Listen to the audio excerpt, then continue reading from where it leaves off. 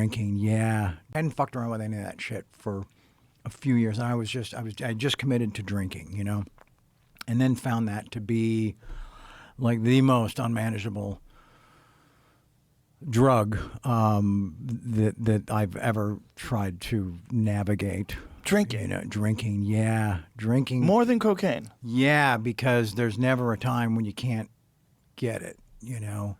But it's really kind of, it's very accepted. And it's very socially ingrained, you know. It's like it's normal. You want to have a drink in front of someone, completely normal. Sure, everyone does it. Sure, yeah. But so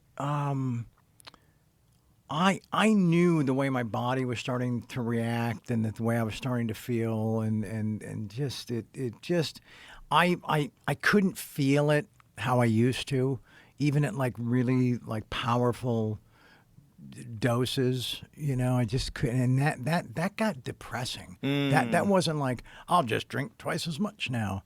That was like, damn, the thing I relied on is now just like told me, yeah, our relationship is now different, you know? And so there was a day, and it's in the book, and I you know, I was a morning drinker. I mean, you're not going to get shit done the rest of the day, but that's when I felt it. So I'm on like my third Macallan coffee or whatever, and my daughter Sam like calls from, she's at the house and calls and says, hey, what time are we leaving? Like, to go where? She had a hair appointment, and it was a Sunday, I think, or a Saturday. And I've never, ever mixed the cups and the wheel, ever. I've never had a DUI. And so I called Tony. I said, Tony, well, you know, I can't drive. You got to help me get Sam to this thing.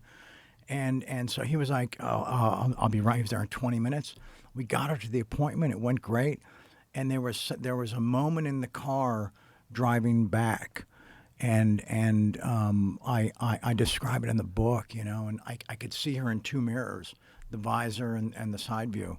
And she was just kind of sitting back there, and I'm not saying that I know exactly what she was thinking, but I could feel what I'm pretty sure she was. And it was just this thing about, you know, why it's cool that Dad did this, but why isn't Dad driving again?